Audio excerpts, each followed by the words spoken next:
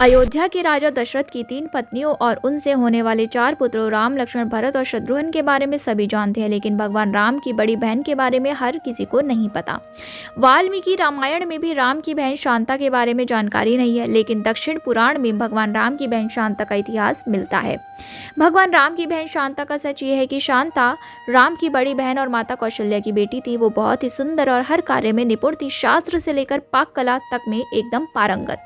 वहीं रानी कौशल्या की बहन थी रानी वर्षिणी, जिनका विवाह अंग देश के राजा रोमपद के साथ हुआ था। दुर्भाग्य की बात यह थी कि किन्हीं कारणों से उनकी कोई भी संतान ना हो सकी। एक दिन वर्षिणी राजा रोमपद के साथ कौशल्या से मिलने अयोध्या आई। जब सभी एक साथ बैठकर भोजन कर रहे थे, तभी वर्षिणी ने दशरथ की पुत्री शांता की शालीनता और कार्यकुशलता से मोहित होकर अपनी एक इच्छा प्रकट की। वर्षिणी ने कहा, वैसे तो मेरी कोई भी संतान नहीं है, लेकिन मेरी इच्छा है कि शांता की तरह ही मेरी एक पुत्री हो। वर्षिणी की इस बात पर राजा दशरथ उन्हें शांता को गोद देने का वचन दे देते हैं। इस प्रकार राजकुमारी शांता अंग देश के राजा रोमपद की पुत्री बन जाती हैं। एक दिन राजा रोमपद किसी काम में इतना खोए रहते हैं कि उनकी चौखट पर आए ब्राह्मण की आवाज उन्हें सुनाई ही नहीं देती। फलस्वरूप ब्राह्मण को खाली हाथ वापस जाना पड़ता है। देवराज इंद्र को राजा रोमपद द्वारा किया गया ब्राह्मण का ये अपमान जरा भी रास नहीं आता। वो अंग देश में वर्षा न करने का निश्चय कर लेते हैं। ऐसे में बिना वर्षा अंग देश में सूखा पड़ जाता है। इस वजह से अकाल की स्थिति पैदा हो जाती है। इस समस्या से उबरने के लिए राजा रोमपद ऋषि श्रृंग के पास जाते हैं और उनसे इस समस्या का उपाय पूछते हैं।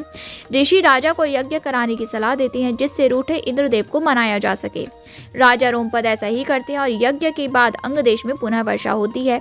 इससे अंग देश में आई समस्या का अंत होता है। ऋषि श्रृंग से प्रसन्न होकर राजा रोमपद उनसे अपनी पुत्री शांता का विवाह करा देते हैं। शांता के बाद राजा दशरथ की कोई संतान नहीं थी, इसके लिए वो बहुत ही चिंतित रहते थे। इसी कारण वो भी ऋषि श्रृंग के पास जाते हैं। ऋषि श्रृंग उन्हें कामाक्षी यज्ञ कराने की सलाह देते हैं। ऋषि के कहे अनुसार राजा दशरथ कामाक्षी यज्ञ संपन्न कराते हैं और प्रसाद के रूप में खीर बनवाते हैं।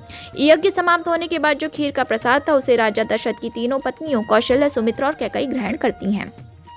कामाक्षी यज्ञ के प्रताप से रानी कौशल्या को पुत्र के रूप में राम, कैकेयी को भरत और सुमित्रा को लक्ष्मण और शत्रुघ्न की प्राप्ति होती है। चारों पुत्रों को अपनी बहन शांता के बारे में कुछ भी मालूम नहीं होता है।